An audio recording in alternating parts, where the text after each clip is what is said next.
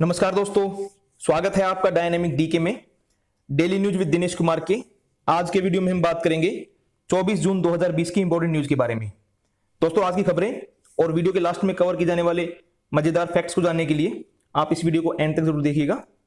पहले बात करते हैं आज के वीडियो के की अट्रैक्शंस के बारे में। हमारे आज के वीडियो में United Nations, Bharat Electronics Limited, Bharatiya State Bank, HDFC Bank, Bank of Baroda, Punjab National Bank, Canara Bank, Indian Council of Medical Research तथा Vienna Convention on Diplomatic Relations 1961 इनका जिक्र आया है, जिसे मैंने इस स्लाइड्स में ही एक अलग कलर से हाईलाइट कर दिया है। तो इनके बारे में जानने के लिए आप वीडियो की स्लाइड्स को ध्यान से देख सकते हैं। शुरुआत करते हैं वीडियो की। भारत ने कहा है कि अंतर्राष्ट्रीय कानून का सम्मान, सहयोगी देशों के वैध हितों का ध्यान, बहुपक्षवाद को समर्थन और साझा हितों को बढ़ावा देना ही टिकाऊ विश्व व्यवस्था को कायम करने का एकमात्र तरीका है। भारत, रूस और चीन के विदेश मंत्रियों के ट्राइलेटरल वर्चुअल समिट में कल प्रारंभिक भाषण में हमारे विदेश मंत्री डॉक्टर एस जयशंकर ने बात कही। उन्होंने कहा कि इस विशेष सम्मेलन से अंतर्राष्ट्रीय संबंधों के क्षेत्र में समय की कसौटी पर खरे उतरे हमारे सिद्धांतों की फिर से पुष्टि हुई है। विदेश मंत्री ने कहा कि दुनिया के प्रमुख देशों को समूचे विश्व के लिए मिसाल पेश करनी चाहिए। डॉक्टर जयशंकर ने कहा कि संयुक्त राष्ट्र 50 सदस्यों के साथ शुरू हुआ था और आज 193 देश इसके सदस्य हैं। इसलिए इस तथ्य की अनदेखी करने के लिए संयुक्त राष्ट्र के निर्णय लेने की प्रक्रिया को ज्यों का त्यों जारी नहीं रखा जा सकता। श्री जयशंकर ने कहा कि रूस, भारत और चीन विश्व की कार्यसूची के निर्धारण में सक्रिय रूप से भागीदार रहे हैं और भारत को आशा है कि बहुपक्षवाद की नई अवधारणा पर भी तीनों देशों की आम राय बनेगी। श्री जयशंकर ने कहा कि द्वितीय विश्व युद्ध में नाजीवाद और फांसीवाद पर जीत में भारत सहित कई देशों ने महत्वपूर्ण बलिदान और योगदान दिया। विदेश मंत्री ने कहा कि तत्कालीन राजनीतिक परिस्थितियों में भारत को उचित सम्मान नहीं दिया गया। यह ऐतिहासिक अन्याय पिछले 75 वर्षों से भी ठीक नहीं किया गया है, जबकि दुनिया पूरी तरह से बदल चुकी है। यहां पर हमारे यूनाइटेड नेशन सिक्योरिटी काउंसिल में परमानेंट मेंबरशिप के लिए उनकी बातें थी सारी। इसलिए विश्व के लिए महत्वपूर्ण है कि भारत के योगदान का सम्मान किया जाए और अतीत की भूल सुधारी जाए। बढ़ते आगे। भारत और चीन के बीच पूर्वी लद्दाख क्षेत्र में तनाव समाप्त करने पर आम सहमति बन गई है। मालदो में भारत और चीन के बीच कोर कमांडर स्तर की वार्ता में दोनों पक्ष टकराव के सभी क्षेत्रों से हटने पर सहमत हुए। सेना के सूत्रों ने बताया कि दोनों देशों के बीच कोर कमांडर स्तर की वार्ता परसों मालदो में सौहार्दपूर्ण, सकारात्मक और रचनात्मक माहौल में हुई।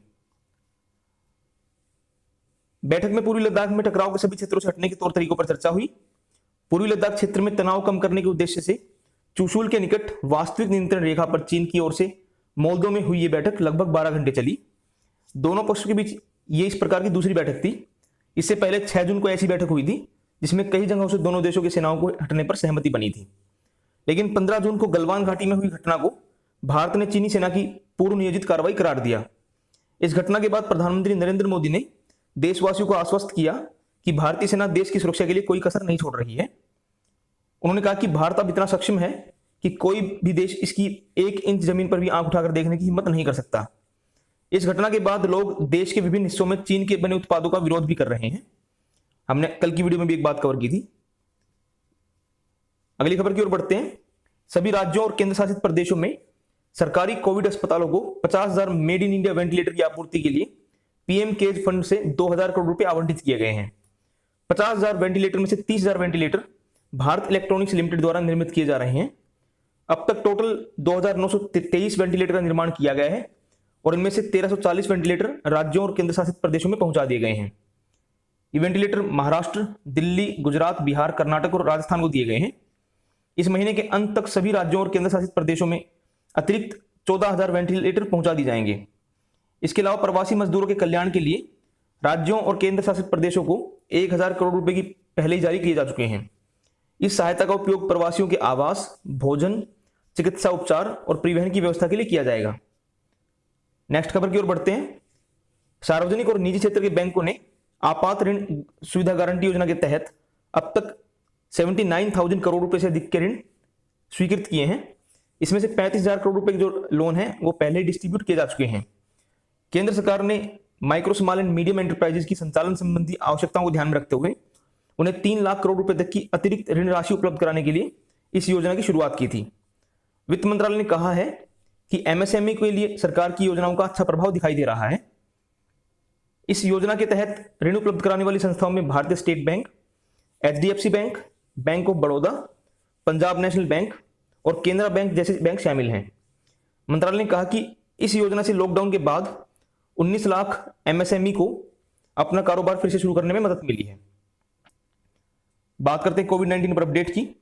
देश में कोविड-19 से स्वस्थ होने वालों की जो दर है वो 56.37% हो गई है और अब तक 2,48,190 लोग ठीक हो चुके हैं। पिछले 24 घंटों के दौरान 10,994 रोगी स्वस्थ हुए और 1,78,014 मरीजों का इलाज चल रहा है। स्वास्थ्य और परिवार कल्याण मंत्रालय के अधिकारी ने बताया कि 14,933 लोगों के इन्फेक्शन की पुष्टि के साथ कोरोना मरीजों की कुल संख्या 4,40,215 हो गई है। एक दिन में इस इन्फेक्शन से 312 लोगों की डेथ होने के साथ ही मरने वालों की संख्या 14,011 हो गई है। इस बीच देश में जो डेथ रेट है हमारे यहाँ वो 3.18% हुई है। Indian Council of Medical research के अधिकारी ने बताया कि पिछले 24 घंटों के दौरान देश की विभिन्न प्रयोगशालाओं में 1,87,233 नमूनों की टेस्टिंग की गई और अब तक 71,37,717 सैंपल की टेस्टिंग की जा चुकी है। अब तक कुल 992 प्रयोगशालाओं को जांच की अनुमति दी गई है, जिसमें से 726 जो लैब्स हैं वो गवर्नमेंट लैब हैं और 266 लैब हैं वो प्राइवेट लैब्स हैं। अगली खबर की ओर बढ़ते हैं। 100 से अधिक निजी और गैर सरकारी संगठनों ने टेलीमेडिसिन प्लेटफॉर्म शुरू करने के लिए हाथ मिलाया है। करीब 100 स्वस्थ सेवा विशेषज्ञों द्वारा निर्मित स्वस्थ ऐप न केवल कोरोना वायरस बल्कि हर प्रकार के रोग के लिए सहायता प्रदान करेगी। ये देशव्यापी टेलीमेडिसिन ऐप जो है आर्टिफिशियल इंटेलिजेंस के उपयोग द्वारा रोगियों की निःशुल्क जांच करेगा। तत्पश्चात उनको दवाइयों की हस्ताक्षरित पर्ची और सलाह दी जाएगी। तो एक टेलीमेडिसिन ऐप अभी लॉन्च हुई है जिसका नाम है स्वस्थ। इसी के साथ बेहद कम शुल्क पर होम क्वारंटीन, निदान, फार्मेसी, अस्पताल में बिस्तर के प्रबंध संबंधी सेवाएं भी प्रदान की जाएंगी। वर्तमान में जो ऐप है ये हिंदी, अंग्रेजी और गुजराती में है। इसे धीरे धीरे 25 भारतीय भाषाओं में विस्तारित किया जाएगा। नेक्स्ट खबर की ओर बढ़ते हैं। आयुष मंत्रालय ने पतंजलि आयुर्वेद लिमिटेड द्वारा कोविड-19 महामारी के उपचार में उपयोगी बताई जा रही नई दवा का नाम और उसे बनाने में इस्तेमाल किए गए पदार्थों आदि से संबंधित विवरण जल्द से जल्द उपलब्ध कराने को कहा है। अभी हाल ही में पतंजलि आयुर्वेद लिमिटेड ने कोरोनिल नाम की एक दवा जो कि कोरोना का इलाज करती है उसका दावा किया था, तो इसके बारे में एक खबर है। योग गुरु रामदेव के पतंजलि आयुर्वेद ने कल उत्तराखंड में हरिद्वार में कोविड-19 के लिए कोरोनिल नाम की एक दवा जारी की थी। इस दवा को जारी करते हुए रामदेव ने कहा कि पतंजलि आयुर्वेद ने कोविड-19 की दवा चिकित्सा विज्ञान की दृष्टि से विनियमित तरीके से अनुसंधान, प्रमाण और परीक्षण के बाद जारी की है। आयुष मंत्रालय ने कंपनी से यह बताने को कहा है कि इस दवा पर अनुसंधान और परीक्षण कहां तक किया गया, इसके परीक्षण के नमूने का आधार क्या था, संस्थागत नैतिकता कमेटी यानी कि इंस्टीट्यूशनल एथिक्स कमेटी ने दवा को कब स्वीकृति दी और इसका CTRI यानी कि द क्लिनिकल ट्रायल्स रजिस्ट्री जो है उसका रजिस्ट्रेशन कब हुआ और इसके अध्ययन के निष्कर्ष क्या रहे। मंत्रालय ने कंपनी को यह भी निर्देश दिया है कि विधिवत जांच हो जाने तक इस दवा के बारे में कोई भी दवा और प्रचार ना करें। बढ़ते नेक्स्ट खबर की ओर। भारत सरकार ने नई दिल्ली में पाकिस्तान के हाई कमीशन में अपने उसके कर्मचारी की संख्या में 50% कमी करने का फैसला किया है। विदेश मंत्रालय ने कहा कि उच्चायोग में काम करने वाले पाकिस्तानी अधिकारियों का जो व्यवहार है वो 1961 की जो वियना कन्वेंशन है हमारी और दोनों ओर की जो बीच राजनयिक और अधिकारियों का व्यवहार जो है उनके तौर तरीकों के अनुसार नहीं है। इसके विपरीत पाकिस्तानी सीमा पर जो पाकिस्तान जो है वो सीमा पार से हिंसा और आतंकवाद को समर्थन देने की नीति पर अमल कर रहा है। विदेश मंत्रालय ने हाल ही में पाकिस्तान में भारतीय उच्चायोग के 2 अधिकारियों को बंदूक की नोक पर अगवा किए जाने की घटना का जिक्र करते हुए कहा कि उनके साथ दुर्व्यवहार किया गया। मंत्रालय ने कहा कि इस बात को दर्शाता है कि पाकिस्तान इस तरह के कृत्यों में किस सीमा तक जा सकता है। अगवा किए गए अधिकारियों ने भारत लौटने के बाद पाकिस्तानी एजेंसियों द्वारा उनके साथ किए गए बुरे बर्ताव के बारे में एक विस्तृत ब्यौरा दिया है यहाँ पर। इस सिलसिले में कल पाकिस्तान के कार्यवाहक उच्चायुक्त को विदेश मंत्रालय में समन किया गया था और पाकिस्तानी उच्चायोग के अधिकारियों की गतिविधियों के बारे में भारत की चिंता से अवगत कराया गया।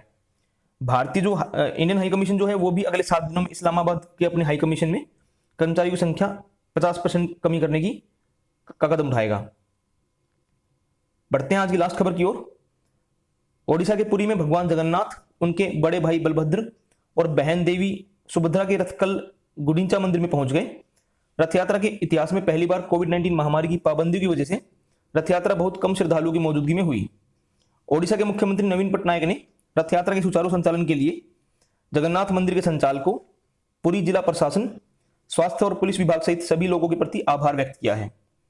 रथ यात्रा 12वीं शताब्दी के जगन्नाथ मंदिर से गुंडीचा मंदिर तक 3 देवताओं भगवान जगन्नाथ और उनके भाई बहनों के वार्षिक यात्रा का प्रतीक है। ये त्यौहार जब देवता 9 दिनों के बाद जगन्नाथ मंदिर में वापस जाते हैं तभी समाप्त होती है। दोस्तों ये थी आज की खबरें। बात करते हैं आज के स्टैटिक फैक्ट्स के बारे में। आज 24 जून है। 24 जून 1692 को जमैका की राजधानी किंगस्टन जो है उसकी स्थापना हुई थी। उसके अलावा 24 जून 1901 को स्पेनिश पेंटर पाब्लो पिकासो द्वारा 19 साल की आयु में अपनी पहली एग्जीबिशन का आयोजन पेरिस में किया गया। ये बड़े फेमस पेंटर रहे हैं। 24 जून 1945 को मॉस्को विक्ट्री परेड का सर्वप्रथम आयोजन हुआ। हमारे रक्षा मंत्री अभी रूस में जो गए हुए हैं वो इसी की 75th एनिवर्सरी में पार्टिसिपेट करने के लिए गए हुए हैं। तो इसका पहली बार आयोजन 24 जून 1945 को हुआ था। 24 जून 2010 को टेनिस इतिहास का सबसे लंबा मैच अमेरिका के जॉन इस्नेर तथा फ्रांस के निकोलस मैहुट के बीच विंबलडन में खेला गया। यह मैच कुल 11 घंटे 5 मिनट तक चला और 3 दिन तक खेला गया। 24 जून 2012 को सऊदी अरब में महिला एथलीटों को पहली बार ओलंपिक खेलों में भाग लेने की परमिशन दी गई। 24 जून 2017 को विमेंस इंटरनेशनल टीम ने माउंट किलीमंजारो पर मैच खेलकर सर्वाधिक ऊंचाई पर मैच खेलने का वर्ल्ड रिकॉर्ड बनाया। उसके अलावा 24 जून 2018 को सऊदी अरब में महिलाओं के वाहन चलाने पर से प्रतिबंध हटाया गया। 24 जून 1980 को भारत के चौथे राष्ट्रपति रहे वीवी गिरी की डेथ 85 साल की आयु में चेन्नई में हुई। तो दोस्तों ये थी आज की खबरें और स्टैटिक फैक्ट्स। मुझे उम्मीद है कि आपको वीडियो पसंद आया होगा।